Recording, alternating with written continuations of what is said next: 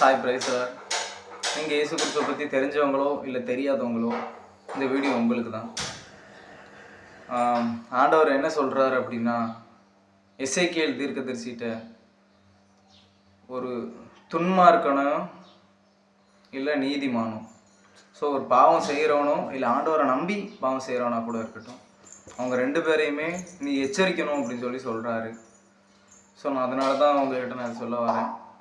இன்னும் இயேசு கிறிஸ்துவோட வருகை எப்போ வரும்னே தெரியாது. ஏன்னா பலவிதமான விஷயங்கள் இப்போ பூமியில் நடந்துக்கிட்டு இருக்கு. நீங்களே நியூஸில் நிறைய விஷயங்கள் நீங்கள் பார்ப்பீங்க. அதுக்கும் இதுக்கு என்ன சம்மந்தம் நினச்சிங்கன்னா சம்மந்தம் இருக்குது. பைபிளில் இருக்கிற நிறைய விஷயங்கள் தான் பூமியில் இப்போ நடந்துக்கிட்டு இருக்குது. ஸோ நான் இப்போ உங்களுக்கு சொல்கிறேன், உங்களோட பாவ வழிகளை விட்டு என்னென்னு நீங்கள் பாவம் செய்கிறீங்களோ அந்த பாவத்தை விட்டு மனம் திரும்புங்க. இயேசு கிறிஸ்துனா யாருன்னு தெரிஞ்சுக்கோங்க. கிறிஸ்தவர்களுக்கு தான் இயேசு கிறிஸ்துனா யாருன்னு தெரிஞ்சுக்கோங்க. தெரிஞ்சுக்கிட்டு மனம் திரும்புங்க. இன்னும் ஆண்டவரை அதிகமாக தேடுங்க.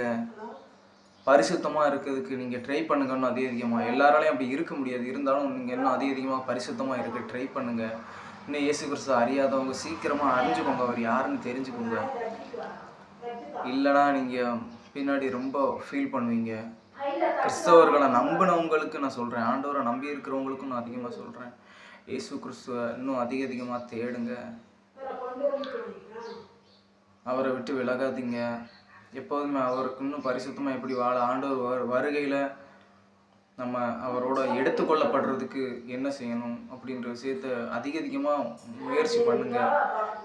உங்களால் முடிஞ்ச வரைக்கும் இயேசு கிறிஸ்துவை பற்றி எல்லாருக்குமே சொல்லுங்கள். இந்த மாதிரி ஏதாச்சும் ஒரு விதத்தில் ஆண்டவரை பற்றி நீங்கள் சொல்லுங்கள். ஆண்டவரை பற்றி இந்த உலகம் முழுவதும் எல்லாருமே தெரிஞ்சுக்கிடணும். ஏன்னா நம்மளை மாதிரி பல மக்கள் இருக்கிறாங்க. எல்லாருமே நரகத்துக்குள்ளே போகக்கூடாது அப்படின்ற ஒரு நோக்கத்தோடு தான் நம்ம பண்ணணும். அந்த பாரத்தோடு நம்ம எல்லாருக்கும் சொல்லணும். ஸோ எல்லாருக்கும் இயேசு கிறிஸ்துவை பற்றி சொல்லுங்கள். அவரை பற்றி இன்னும் தெரியாமல் நிறைய பேர் இருக்கிறாங்க. அவங்களுக்கு இயேசு கிறிஸ்துவை பற்றி சொல்லுங்கள். அது நம்மளுக்கு ரொம்ப அவசியமாக இருக்குது. அது நம்ம மேலே வந்த கடமையாக இருக்குது. ஏன்னா ஒவ்வொரு பேரோட ரத்த பலியும் இயேசு கிறிஸ்து நம்மக்கிட்ட தான் கேட்பார். நம்ம யாரையுமே எச்சரிக்காமல் விட்டோம், இயேசு கிறிஸ்துவை பற்றி சொல்லாமல் விட்டோம்னா அவர் நம்மக்கிட்ட தான் அதை கேட்பார். ஸோ எல்லாருக்கும் இயேசு கிறிஸ்துவை பற்றி சொல்லுங்கள். அவங்களுக்கு பிடிக்குதோ பிடிக்கலையோ நீங்கள் இயேசு கிறிஸ்துவை பற்றி சொல்லுங்கள். அது நம்மளுடைய கடமை. அவ்வளோதான். ப்ரைஸில் அடுத்த ஒரு வீடியோவில் பார்ப்போம். Jesus loves you. இயேசு கிறிஸ்துவை எப்போதும் மறந்துடாதீங்க.